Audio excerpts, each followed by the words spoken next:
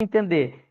Eu vou ser repetitivo, mas para ir construindo a ideia na cabeça de todos.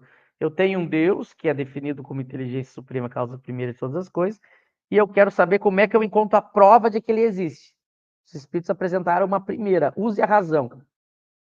Então olhe para o universo e diga assim, o universo tem que ter uma causa. Qual a causa do universo existir? Esse é o primeiro ponto. Claro que mesmo eu aplicando isso, eu vou ter alguns, ainda eu posso duvidar da existência de Deus usando esse raciocínio. Por uma razão muito simples, aqui a gente já começa a dar um passo além. A gente vai ver que todas as provas, eu não estou usando essa palavra por acaso, todas as provas podem ser questionadas sempre. Não existe em ciência nenhuma prova absoluta, de nada. Mas isso é uma coisa só para o espiritismo, não para qualquer ciência. Toda prova sempre pode ser questionada. Não existe prova absoluta.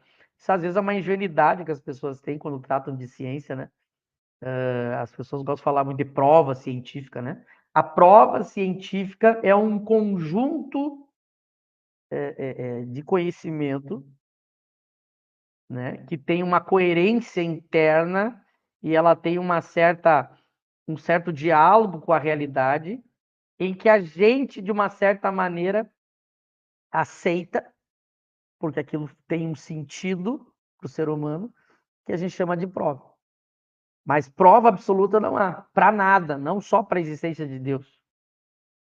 Esse é um ponto muito importante que a gente tem que trazer. Agora, claro, eu buscar uma prova científica ou filosófica é melhor do que eu falar qualquer coisa. Então, o que eu estou querendo dizer? Nenhuma ciência tem uma prova absoluta, mas as provas que as ciências trazem, o conhecimento que as ciências trazem, é melhor do que a ignorância.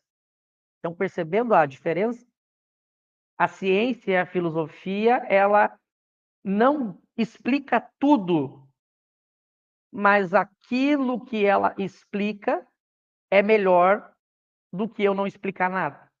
Estão percebendo a diferença? Eu não consigo ter a verdade absoluta, mas esse conhecimento relativo que eu consigo construir enquanto humanidade já me serve para muita coisa. A gente vai ver com a ciência espírita é a mesma coisa. Claro que a gente vai ver que a prova da existência de Deus, ela não vai ser uma chamada prova científica. Nós já vamos tratar um pouco disso daqui a pouco. Aqui ele está dando uma primeira prova usando a razão. Uma prova do ponto de vista da razão.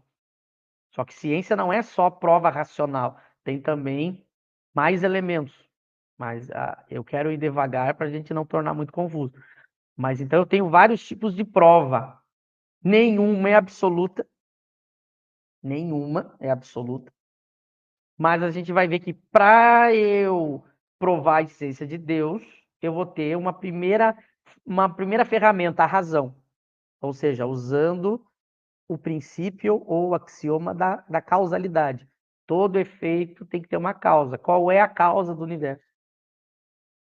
A gente vai ver que no item 5, ele já vai pegar um outro elemento que não é a razão. Porque Kardec vai pegando várias pontos do ser humano para tentar chegar à existência de Deus. Tá? Então, eu acho que por enquanto aqui tá bom, até onde eu fui, eu não quero ir além. Quando a gente chegar no finalzinho das questões, a gente vai poder amarrar tudo, né? Mas então a gente tem que lembrar, só para finalizar e já passo para vocês. Como que eu encontro a prova da existência de Deus para o Espiritismo? Primeiro ponto que eles colocam, use a razão. que é usar a razão? É aplicar o axioma, todo efeito tem uma causa.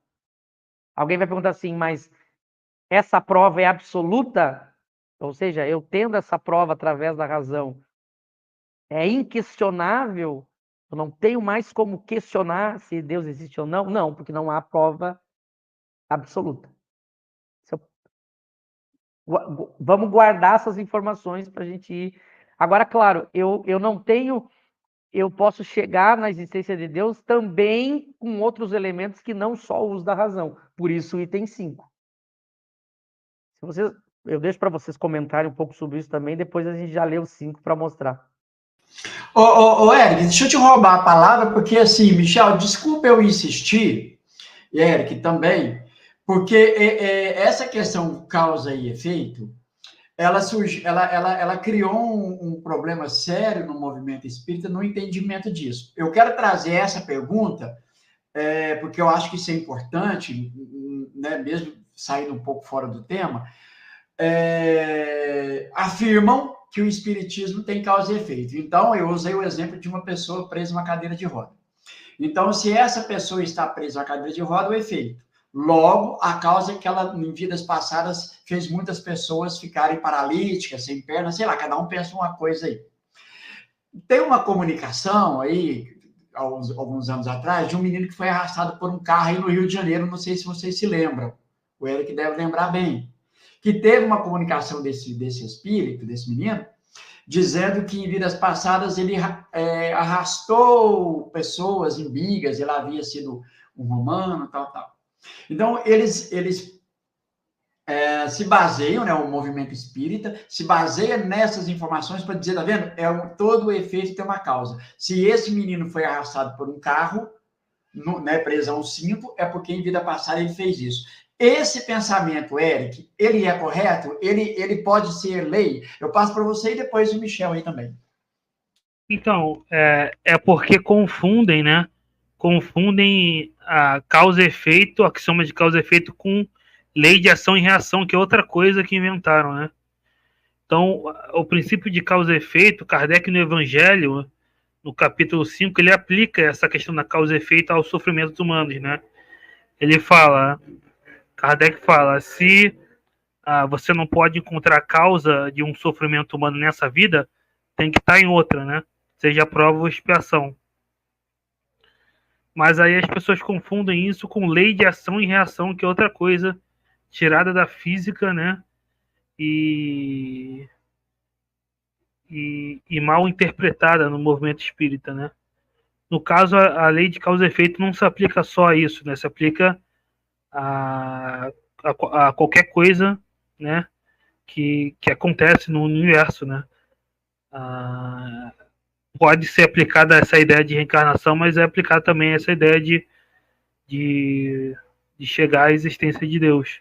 E é aplicado nas ciências, como Kardec diz, né? Então, a confusão está em confundir axioma de causa e efeito com essa ideia de ação e reação, de que seria algo, vamos dizer assim, você deu um tiro numa pessoa, você vai tomar um tiro também, algo muito simplório, assim, né?